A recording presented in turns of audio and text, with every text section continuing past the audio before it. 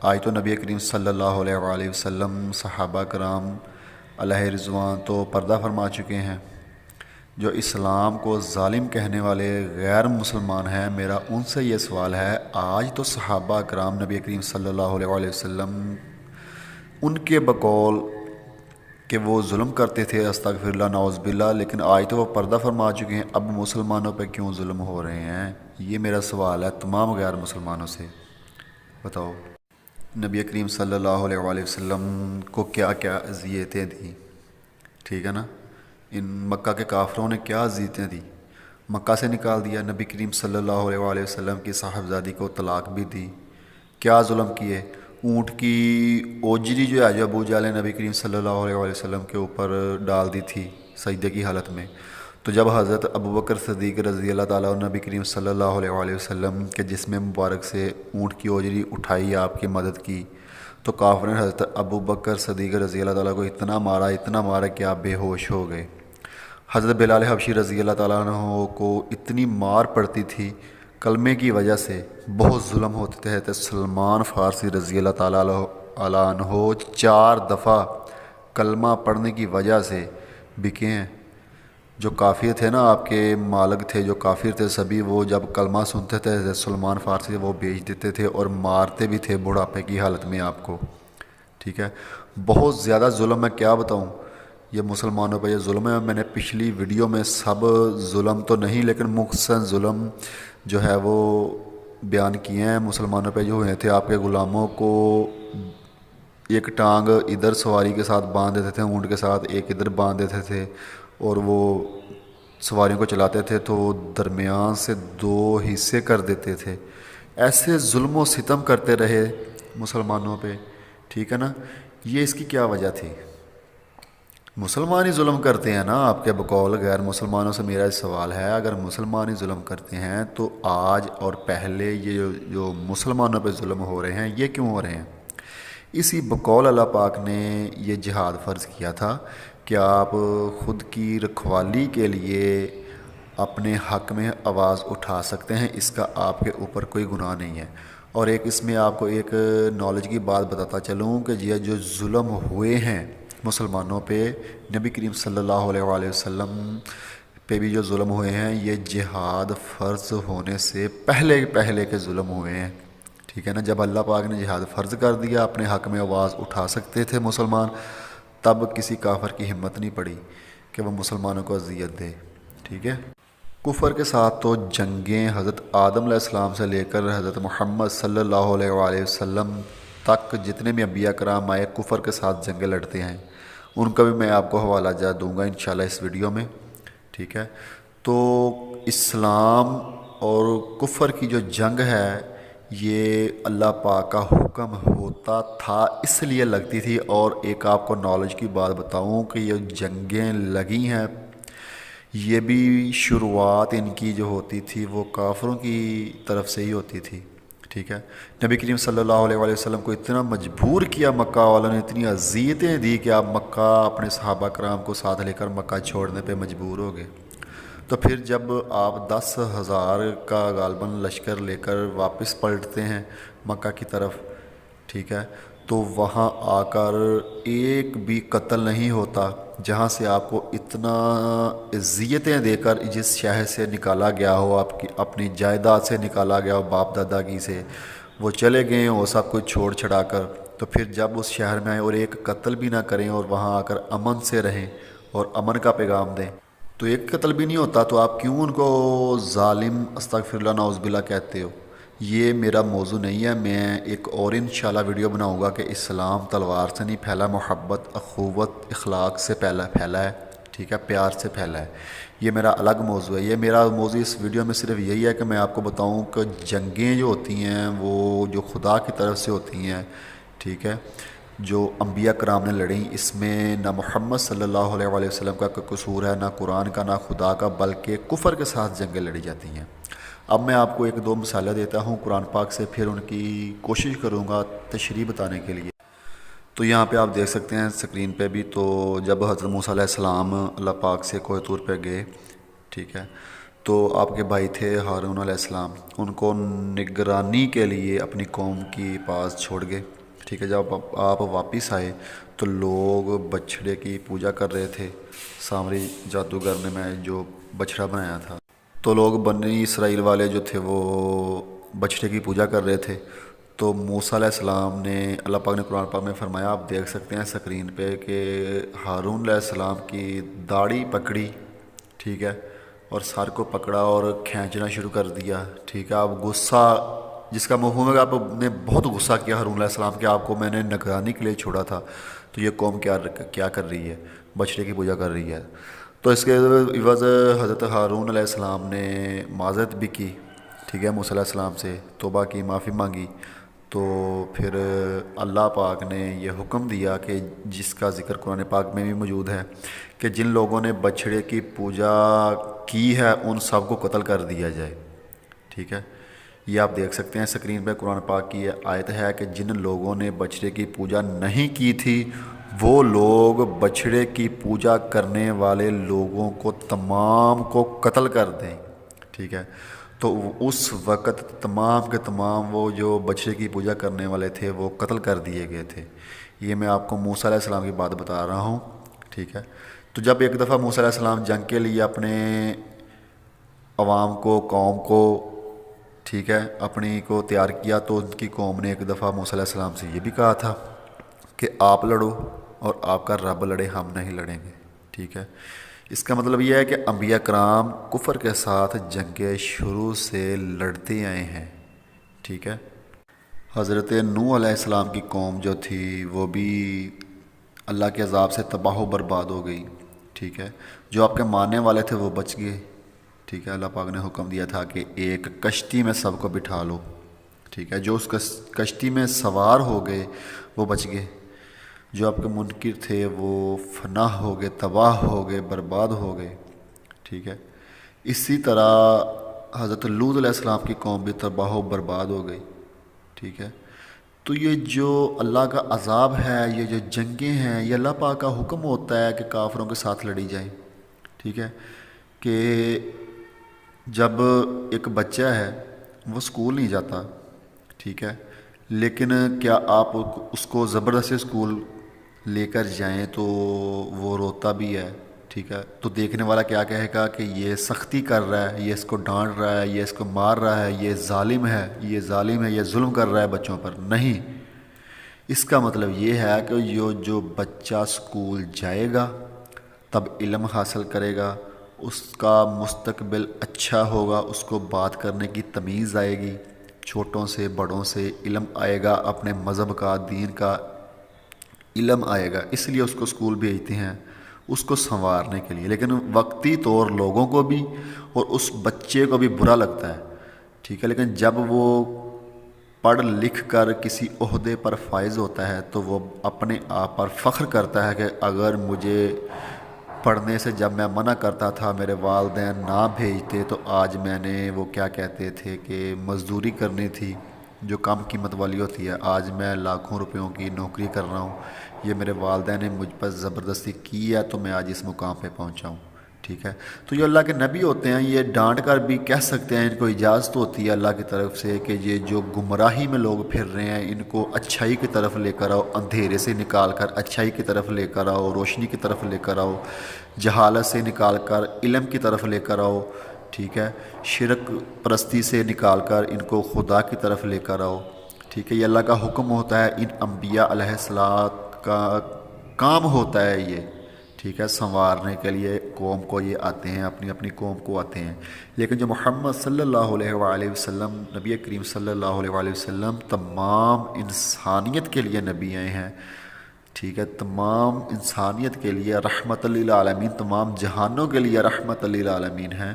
بلکہ آپ بے جان اشیاء اور جانوروں پر بھی بہت زیادہ احسانات فرماتے تھے، ان کے فیصلے فرماتے تھے اور ان سے محبت کرتے تھے، ان کا خیال رکھتے تھے، اور بے جان اشیاء اور جانور بھی آپ کو نبی مانتے تھے، آپ کی تعظیم کرتے تھے، ٹھیک ہے۔ یہ ایک الگ موضوع ہے، انشاءاللہ اس کے اوپر بھی کبھی پھر بات کریں گے، ٹھیک ہے۔ تو بائبل میں اور بھی انبیاء کرام نے، میں نے پہلی ویڈیو کے پارٹ میں یہ بتایا ہے کہ بائبل میں کتنی دفعہ جنگوں کا کہا گیا ہے۔ اگر آپ میرا جہاد کے اوپر ویڈیو کا دوسرا پارٹ دیکھیں گے تو اس میں میں نے یہ صاف طور پر حوالہ جات دیے ہیں، کم از کم 50 کے قریب حوالہ جات میں نے دیے ہیں کہ یہ بائبل میں جنگوں کے متعلق بات کی جا رہی ہے۔ یہ جنگیں بائبل میں بھی لڑی گئیں، بائبل کے انبیاء نے بھی لڑی ہیں، ٹھیک ہے۔ تو بائبل میں تو وہ جو انبیاء تھے وہ ایسے دعا کرتے، جب ایک دفعہ جنگ لگی ہوئی تھی تو ایک نبی نے دعا کی کہ یا اللہ آج سورج نہ ڈھلے جب تک ہماری جنگ میں کوئی فیصلہ نہ ہو، ٹھیک ہے۔ ان کا خیال یہ تھا کہ اگر رات ہو گئی، جنگ ختم نہ ہوئی تو راتوں رات یہ جو ہمارے سامنے کافر ہیں یہ زیادہ ہو جائیں گے، پھر سے صبح پھر یہ جب زیادہ ہو جائیں گے تو پھر یہ فتح نہ ان کو حاصل ہو جائے۔ تو انہوں نے دعا کی تھی اللہ تعالیٰ سے کہ یا اللہ سورج غروب نہ ہو آج جب تک ہمارا کوئی فیصلہ نہ ہو۔ تو اللہ پاک نے ان کے کہنے پہ وہ سورج کو غروب نہیں کیا تو وہ فتح ان کو نصیب ہوئی، وہ جیت گئے جنگ، ٹھیک ہے۔ تو کفر کے ساتھ بہت زیادہ جنگیں لڑی گئی ہیں، ٹھیک ہے، اللہ کے انبیاء کرام نے لڑی ہیں، یہ کوئی غلط بات نہیں ہے، ٹھیک ہے۔ لیکن اگر کوئی مذہب کی آڑ میں، کسی نبی کی آڑ میں، ٹھیک ہے، کسی کتاب کی آڑ میں ظلم کرے اپنے ذاتی فائدے کے لیے، وہ غلط ہے۔ یہ میں نے اپنے ویڈیو کے پہلے پارٹ میں یہ بات بتائی تھی، ٹھیک ہے، آپ وہ دیکھ سکتے ہیں کہ یہ جو جنگیں اپنے مفاد کے لیے، اپنے نفع کے لیے لڑتے ہیں جو لوگ، تو زیادتی کرتے ہیں، ظلم کرتے ہیں، وہ اللہ نے ان کا حکم نہیں دیا گیا، وہ جہنمی ہیں، جہنمی ہیں، جہنمی ہیں، ٹھیک ہے نا۔ تو مسلمان جو آج آپ کو دیکھنے کو مل جاتے ہیں نا، مٹھی بھر مسلمان، تو یہی بات کی نشانی ہے کہ اسلام تلوار کے زور پہ نہیں پھیلا۔ اگر تلوار کے زور پہ اسلام پھیلتا تو دنیا میں ایک بھی غیر مسلم آپ کو دیکھنے کو نہیں ملتا، ٹھیک ہے نا۔ تو یہ الگ موضوع ہے، یہ الگ ویڈیو انشاءاللہ اس کے اوپر بنے گی۔ تو آپ اپنے ذہن سے غلط فہمی نکالیں کہ اسلام دہشت گرد ہے، ٹھیک ہے۔ اسلام بالکل دہشت، اگر کوئی اسلام کے نام پہ دہشت پھیلا رہا ہے تو وہ کفر کر رہا ہے، وہ میرے حساب سے مسلمان ہی نہیں کہ مسلمانوں والا حلیہ بنا کر وہ اگر غلط کام کرے تو وہ مسلمان ہی نہیں، ٹھیک ہے نا۔ جو نبی کریم صلی اللہ علیہ وسلم کا حکم نہ مانے، قرآن کا حکم نہ مانے تو وہ مسلمان کیسا؟ کوئی اللہ پاک نے کہا کہ جو ایک انسان کا قتل کرتا ہے وہ ساری انسانیت کا قتل کرتا ہے، ٹھیک ہے۔ ناجائز اور ناحق کسی کو قتل نہیں کیا جا سکتا۔ تو اسی طرح حضرت خضر علیہ السلام کا واقعہ ہمیں قرآن پاک سے ملتا ہے سورۃ الکہف آیت نمبر 74 میں، کہ حضرت جس کا مفہوم یہ ہے کہ حضرت خضر علیہ السلام نے ایک لڑکے کو قتل کر ڈالا، ٹھیک ہے، کیونکہ اس کا مفہوم بھی قرآن پاک میں لکھا ہے کہ جب وہ بڑا ہوگا اس نے کافر بننا تھا، ٹھیک ہے، لوگوں کو گمراہ کرنا تھا، حضرت خضر علیہ السلام نے اس کو قتل کر دیا۔ تو یہ جو انبیاء علیہ السلام ہیں یہ قتل کرتے رہے ہیں کافروں کو، اس سے آگے میں آپ کو اور حوالہ جات دوں گا۔ اسی طرح حدیث پاک میں آتا ہے کہ نبی کریم صلی اللہ علیہ وآلہ وسلم نے آیا کہ جب عیسیٰ علیہ السلام قیامت کی نشانیوں میں سے نشانی ہے کہ دنیا میں تشریف لائیں گے قیامت سے پہلے، تو ان کی سانس جہاں تک جائے گی جس کافر کو لگے گی وہ کافر مر جائے گا، ٹھیک ہے۔ آپ اسکرین پہ دیکھ سکتے ہیں، یہ ماجہ شریف کی حدیث مبارکہ ہے، ٹھیک ہے۔ تو عیسیٰ علیہ السلام کی سانس سے کافر مر جائیں گے، اور آپ دجال کو بھی قتل کریں گے، ٹھیک ہے، یہودیوں کو قتل کریں گے، دجال کو قتل کریں گے، آپ کی سانس سے یہودی مر جائیں گے، ٹھیک ہے۔ یہ مسلم شریف کی بھی حدیث ہے، آپ سکرین پہ دیکھ سکتے ہیں، ٹھیک ہے۔ حضرت عیسیٰ علیہ السلام کی سانس کا اثر جہاں تک جائے گا تو حضرت عیسیٰ علیہ السلام کی سانس کی خوشبو سے تمام کافر مر جائیں گے، اور ان کی سانس وہاں تک جائے گی جہاں تک حضرت عیسیٰ علیہ السلام کی نظر جائے گی، ٹھیک ہے۔ اللہ پاک نے قرآن پاک میں فرمایا سورۃ المائدہ آیت نمبر 78 میں کہ حضرت داؤد علیہ السلام اور حضرت عیسیٰ علیہ السلام نے کافروں کے اوپر لعنت کی ہے، ٹھیک ہے۔ جو اللہ کے دشمن تھے، عیسیٰ علیہ السلام داؤد علیہ السلام کے دشمن تھے، غلط کام کرتے تھے، برے کام کرتے تھے، داؤد علیہ السلام نے، عیسیٰ بن مریم علیہ السلام نے ان پر لعنت کی ہے، کافروں پر۔ تو اسی طرح دوستو کافروں سے دشمنی تو اللہ پاک کے ہر نبی نے کی ہے، ٹھیک ہے، اور ہر ایماندار نے کی ہے۔ اللہ پاک قرآن پاک میں فرماتے ہیں سورۃ الانبیاء آیت نمبر 80 میں کہ اور ہم نے داؤد علیہ السلام کو تمہارے لیے ذرہ بنانے کا فن سکھایا تھا تاکہ وہ تمہاری لڑائی میں تمہیں زر سے بچائے، تو کیا تم شکر گزار ہو؟ یعنی کہ حضرت داؤد علیہ السلام ذرہ بناتے تھے، ٹھیک ہے، اور تلواریں بناتے تھے، ٹھیک ہے، لڑنے کے لیے، اور وہ کافروں سے جنگیں بھی لڑتے تھے، ٹھیک ہے نا۔ اس کا ذکر بھی قرآن پاک میں موجود ہے، آپ دیکھ سکتے ہیں اسکرین پہ کہ سورۃ البقرہ آیت نمبر 251 کہ حضرت داؤد علیہ السلام نے جالوتی فوجیوں اور جالوت کو قتل کیا، ٹھیک ہے، اور اللہ پاک کی مدد سے انہوں نے جالوتیوں پر فتح حاصل کی۔ تو دوستو، اللہ پاک نے ہر نبی اور ہر نبی کی امت پہ جہاد کو فرض کیا، ٹھیک ہے۔ یہ اسلام میں نئی بات نہیں تھی جہاد کی، لیکن کوئی اگر اس کی ٹرانسلیشن غلط کرے یا اس کا غلط مفہوم سمجھے یا اس کو غلط استعمال کرے، اس میں اسلام کی کوئی غلطی نہیں ہے، خدا کی کوئی غلطی نہیں ہے، اور ہمارے پیارے نبی کریم صلی اللہ علیہ وآلہ وسلم کی کوئی غلطی نہیں ہے، ٹھیک ہے۔ تو جہاد کا جو مفہوم اکثر غیر مسلمانوں کے ذہن میں ہے، یہ بالکل غلط ہے، ٹھیک ہے۔ آپ پہلے بھی میری 2 ویڈیوز کو دیکھ سکتے ہیں کہ میں نے پوری کوشش کی ہے کہ جہاد کا مطلب سمجھانے کی۔